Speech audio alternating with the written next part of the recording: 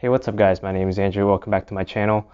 Now before we get into the video, I want to thank everyone that has taken time out of the day to watch my YouTube videos. I never thought in a million years that anyone would click on my YouTube videos and to actually sit down and watch what I would have to say.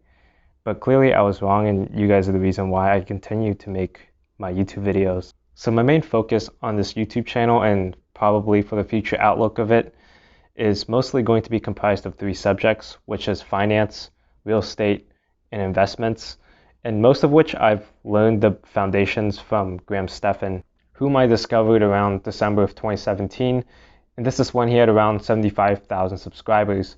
Fast forward to 2020, he's now a YouTube mogul that has about 2.2 million subscribers and dominates the financial community on YouTube. Chances are, if you've searched up anything finance or investment related, then you've probably seen his videos on the search feed.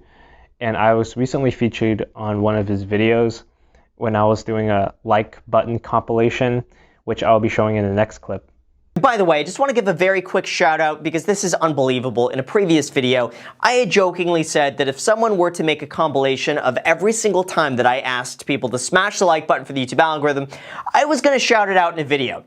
And two people came forward and probably spent like 50 to 70 hours compiling a list of every single time I said, smash the like button for the YouTube algorithm. Smash that like button, smash that like button, smash the like button, smash that like button, smash the like button, smash that like button, smash the like button, smash that like button, smash that like button, smash that like button, just smash that. This is Teddy. Teddy did not want to be on the floor. Instead, Teddy wanted to jump up on the chair with me as we film. And Teddy also wants to make sure you guys make sure to like and subscribe. So I'm going to link these videos down below in the description, but we got number one, Jaden Craig. He was the first one to post this video. It's 20 minutes long, and it's like almost 800 times that I said smash the like button. And then we also have Andrew Tran, which came in second on this. He posted right afterwards, and he also compiled the list in order, it looks like, by the way, of every time I said smash the like button on the main channel. Thank you guys both so much for doing this. It's unreal how many times I've asked everyone to smash the like button, which is a reminder. So that was the highlight of my week. But again, I want to thank everyone that has supported my channel, and I can't wait to see where this takes me. If you haven't done so yet, drop a like and subscribe if you're new to the channel, and let's get right into the video.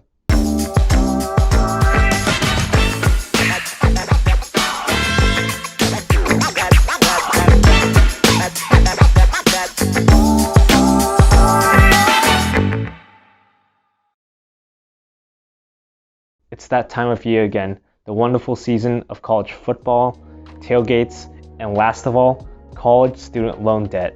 Except for the first two, since we're in the middle of a pandemic. So all we have left is the depressing topic of student loans and why it's such a once-in-a-lifetime opportunity to take out student loans right now. If you've been paying attention to the US economy lately, the Federal Reserve, also known as the Feds, have made some pretty drastic changes to the US economy to combat the illness. The Feds act as a safety net, homeostasis of the US economy, maintaining the purchasing power of the US dollar so it doesn't reach stupid levels of inflation, or worst of all, deflation. One of these major changes was the gradual decrease of interest rates all the way down to 1/4 point in 2020, and it hasn't been this low since the Great Recession of 2007. Typically, when there's an economic downturn, like right now, the Federal Reserve tends to decrease the interest rate to promote spending and to take out loans, getting consumers to spend and pump money back into the economy. And this is what affects the student loan interest rate. Also, before we get into the video, I do want to clarify a few things. This is not financial advice, and this is only for entertainment purposes. So if you take your student loans and you invest into something like a Ponzi scheme like BitConnect, that's on you, not me. And just because I invest doesn't mean you should either. Second, I personally don't need these student loans, so be logical about it. If you have college expenses, use the student loans as intended. The return values in this video are going to be theoretical and based on historical data and trends, which means returns are not going to be guaranteed. So for fall 2020 and spring 2021, I got $5,500 in subsidized loans, equally split between 2 semesters. The subsidized loan has a fixed interest rate of 2.75% for the lifetime of the loan, which is exceptional since the federal funds interest rate is extremely low right now. And since it's fixed, the interest rate on the loan is not going to change throughout its lifetime unless you refinance it. On top of that, the student, which is me, doesn't have to pay interest on the loan until 6 months after I graduate, which means I can invest the money for 2.5 years interest-free on the loan. So I intend to invest this money into S&P 500 and the NASDAQ, and the ETF tickers for this is going to be the VOO and the QQQ. And the S&P 500 index is the benchmark for the US stock market.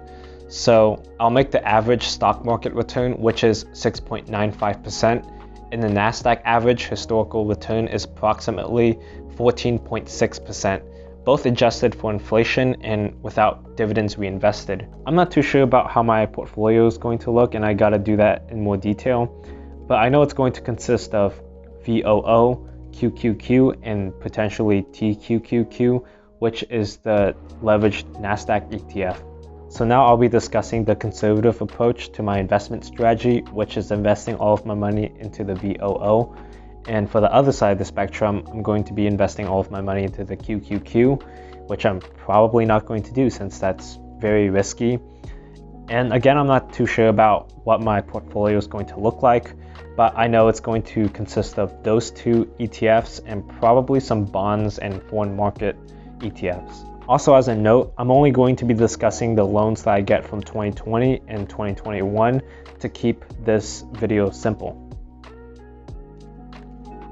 On the conservative side, if we invest all of the money into the VOO for 2 years at a 6.95% return, that will net us about $791.07, and that's about $5,268.88 for 10 years.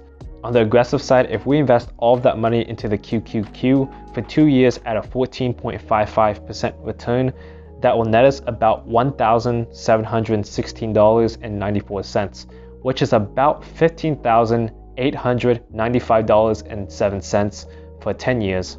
Ideally, I probably would want to have a mixture of both of these ETFs, since I do want to have a reasonable risk tolerance while having a semi-aggressive investment portfolio.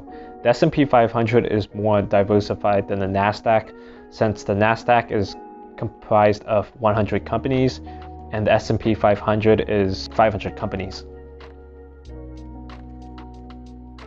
So the standard repayment plan for this loan is amortized, which means all of the payments are going to be the exact same. For a $5,500 loan, it's going to be a 10-year period at a 2.75% interest, which means I'll pay an additional $797 on the interest for a lifetime of the loan, making my total payment $6,297. If you look at the most conservative investment strategy, which is putting all of my money into the VOO, you can see that the growth within the first 2 years nearly covers all of the interest accrued for a lifetime of the loan. So what's going to be the best course of action for me? I'm going to be paying down my loan at the minimum amount, since the interest rate on my loan is significantly lower than the returns that I get from investing it into the stock market. And thus concludes my investment plans for my student loans. And again, this is not financial advice and should only be taken for entertainment purposes. And just because I invest my money into the stock market doesn't mean you should either. If y'all enjoyed the video, simply leaving a like for the YouTube algorithm is going to significantly help my channel. And if you're new to the channel, subscribe and turn on the notification bell if you want to see more content like this. And if you want 2 free stocks on Webull, link down in the description below. Sign up, create an account, and deposit $100 and you get 2 free stocks valued up to $1,400 and hook 'em.